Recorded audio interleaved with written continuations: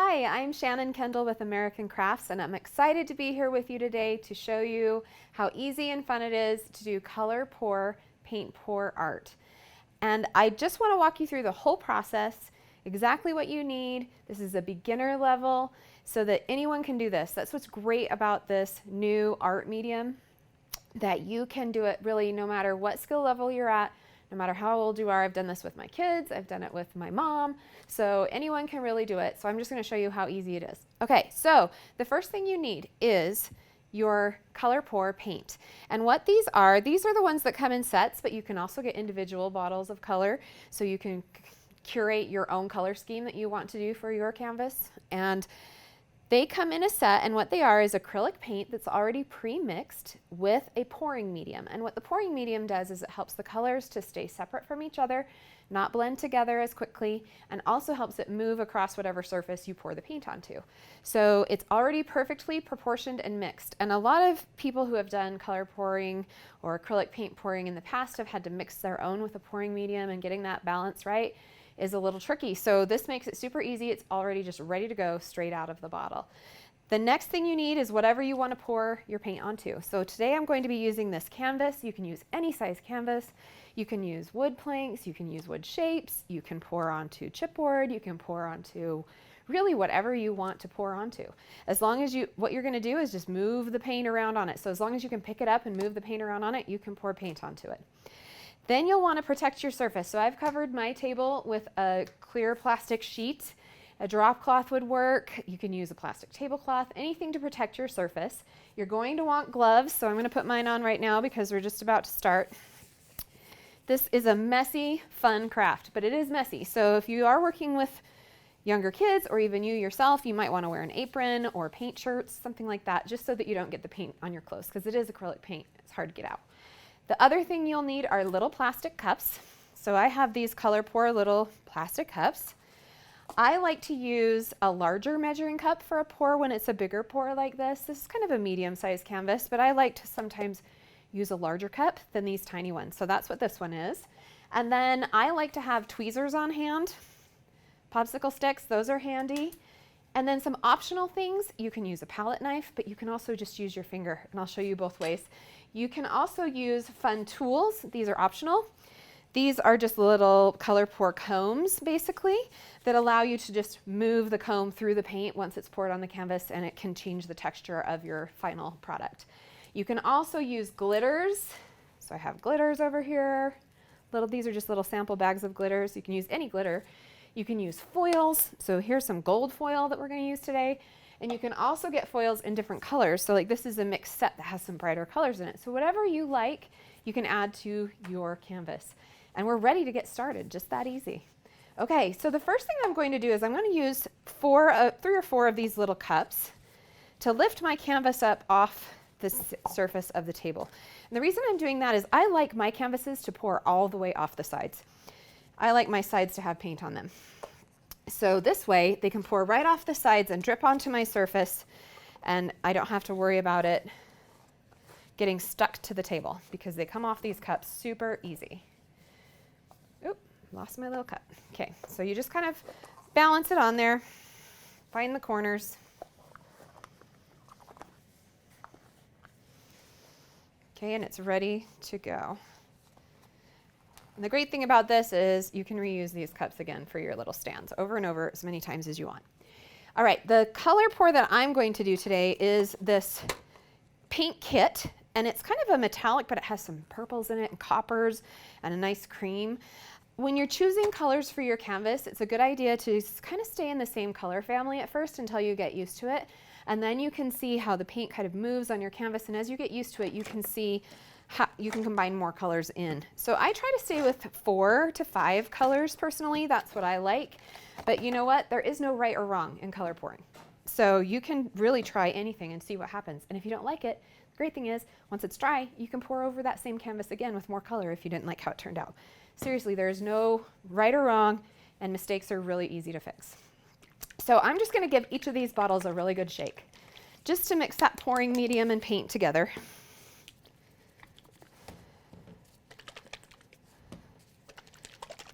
This this isn't the first time I've used these. If it's the first time you're using your bottle, you'll want to take the whole entire lid off because there is a factory seal on the top that you'll need to remove so that you can use the pour spout on the top of the lid. Okay, and then I'm going to get my bigger cup. This is the one that I'm going to want to use on this one. So I'm going to work right here in this cup. Now, there's two ways you could do this. You could pour each color into its own little cup and then pour them all into this big cup. But sometimes I just skip that step and I just pour it all right into this cup, just right straight from the bottle.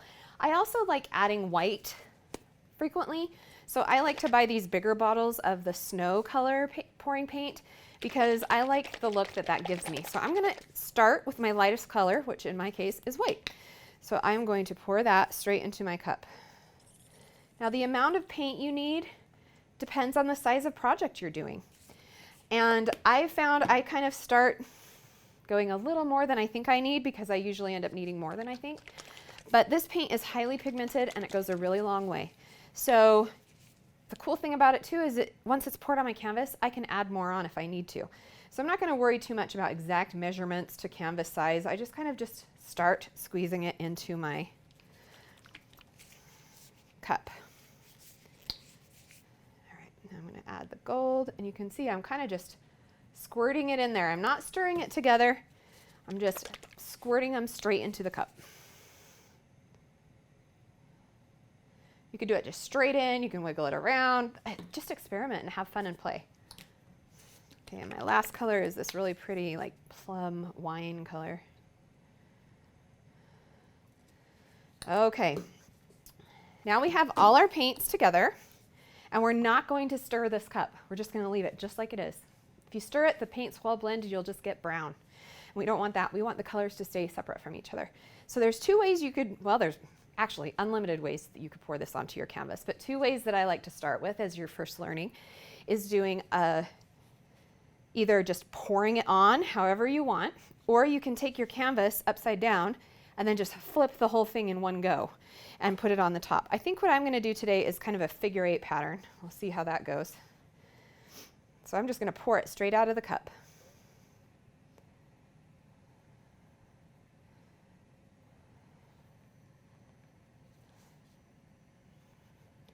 Sometimes I'll even set my cup down and let it sit there and tap it.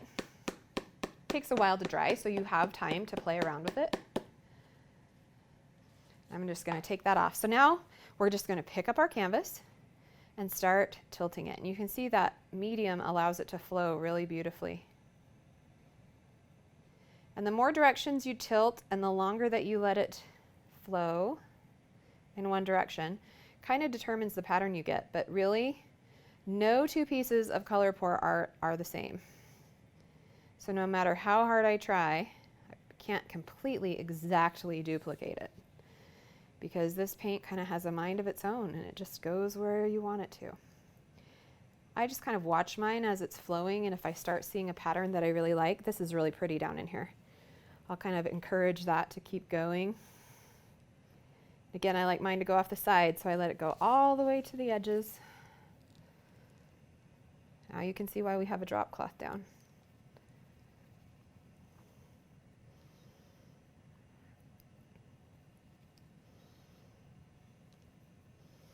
Just keep moving it. Give it a little shake if you want. Sometimes when you shake it, you'll get little smaller waves of pattern in your paint. But I don't mind that. I kind of like the marbled effect it gives, so I don't mind giving mine a little shake. Here I can use my finger to kind of help it down along the sides. Now I'm going to go this direction. Woo. Okay, I'm going to add a little bit more paint. So just like I said, I thought I put enough in there, but it's not, so that's okay. We're just going to add a little bit more. Now I could just squirt some directly on the canvas, but I think I'm going to just repeat what I did before in just a smaller amount. So I'm just going to use all the colors again. Try new things. Just try squirting it on there and see what happens, and then move it. Or fill up a cup, or just add one color. A lot of red in that section, so I'm just going to do a little bit of red in this one. Okay, I'm going to just pour again. Kind of down on this area.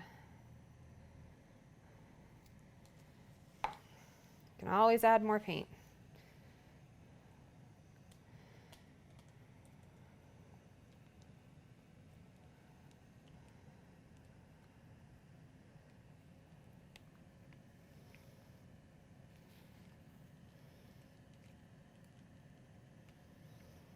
I don't even care about it running off the side. I just let it do its thing. I'm really liking how this is turning out.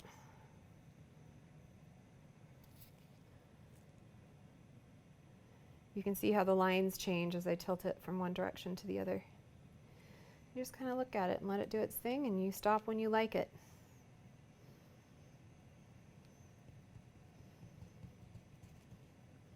Okay, I think we're about there. I don't like to leave a ton of excess paint on the top of my canvas. I like to kind of have a thin layer, so I'll give it a little final shake and kind of get it off the top. That looks great. Okay, I'm really liking how this is turning out. I like this bold red line right here, but I'm going to do some stuff with foil on there so you can see that if you've got a really bold spot and you don't love it and you want to add, just add some foil and some glitter in there. Okay, so I'm just going to use my finger and go along the side of the canvas and make sure you can pick it up off your table and just dab your finger to bring it down and make sure I didn't miss any spots on the side, and also to kind of just wipe off the bottom of my canvas so we don't get buildup down there. You can use a palette knife to do this too if you don't want to use your finger, but since I already have gloves on, I usually just use my finger. Okay. Now I'm going to take my gloves off and we'll apply some glitter and foil. I'll show you how to do that.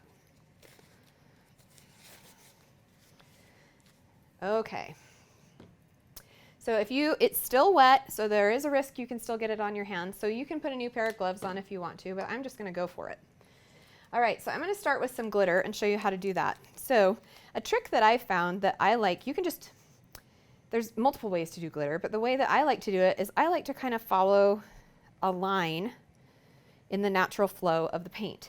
So I'll just pick a spot, kind of just let it go. And you do this glitter while it's wet, and then it just is automatically adhered to your canvas. Okay, so it kind of looks like, here's where you can use your popsicle stick.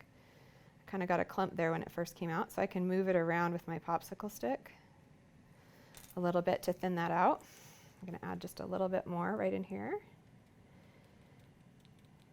Don't be worried too much about it being perfect, because no matter what you do, even if it's not completely filled in, by the time you're done, you're just going to love it. It just looks beautiful. It adds this little sparkle. This is one of those kinds of crafts where you just have to let go of perfection and embrace the fun of it. Okay, I'm really liking that.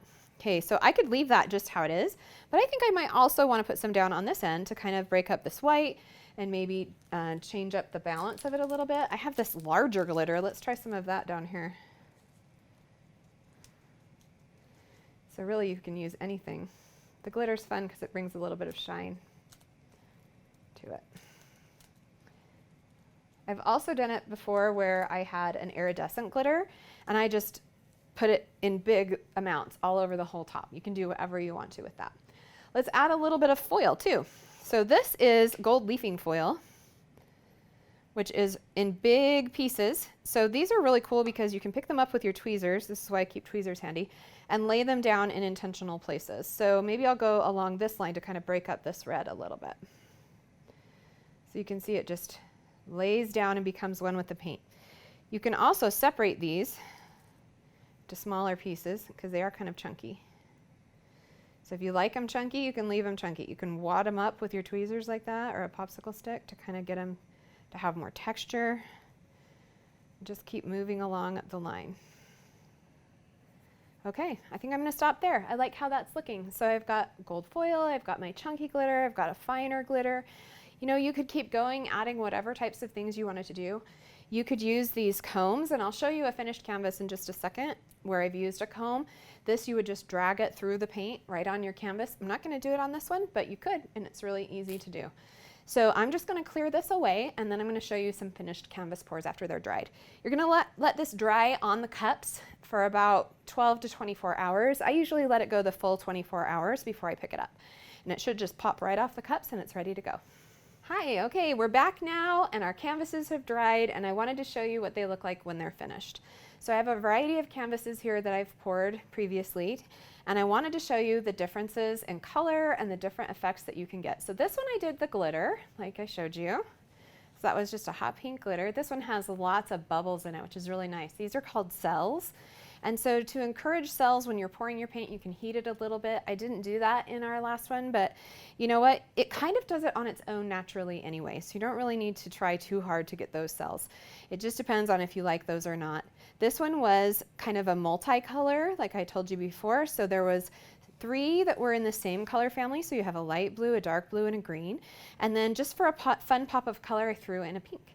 So you can do that as well, and just make sure it's a complementary color, that it looks good all together, and you'll see that that turned out really great. Another one is this one. This was coral oranges, pinks, and blues. And I wanted to show you this one because I wanted to show you this fun foiling effect of the lines. So instead of doing glitter, I allowed this one to completely dry, and then I used a gold paint pen, just a simple gold paint pen, just like that, and just drew my foiling lines straight onto my dried canvas. And that's another really fun way to add glitter and shine and foil to your projects. So that's what I did there. This one is one that I wanted to show you because this is more advanced color where you have basically an entire rainbow on the canvas. You'll notice that when this one was poured, instead of like swirling it in this way, to keep the colors from flowing into each other and making it just look brown, we just tipped it up and everything slid off the one side, and it kind of stayed in stripes, but it looks really great. And that's a really great way to get even more colors on there without them all mixing together and becoming a big blob. Okay, this one I want to show you because I used the combs on this one. So you can see this added texture of these lines coming up through them. So I used those little texture combs and just dragged it through my wet paint.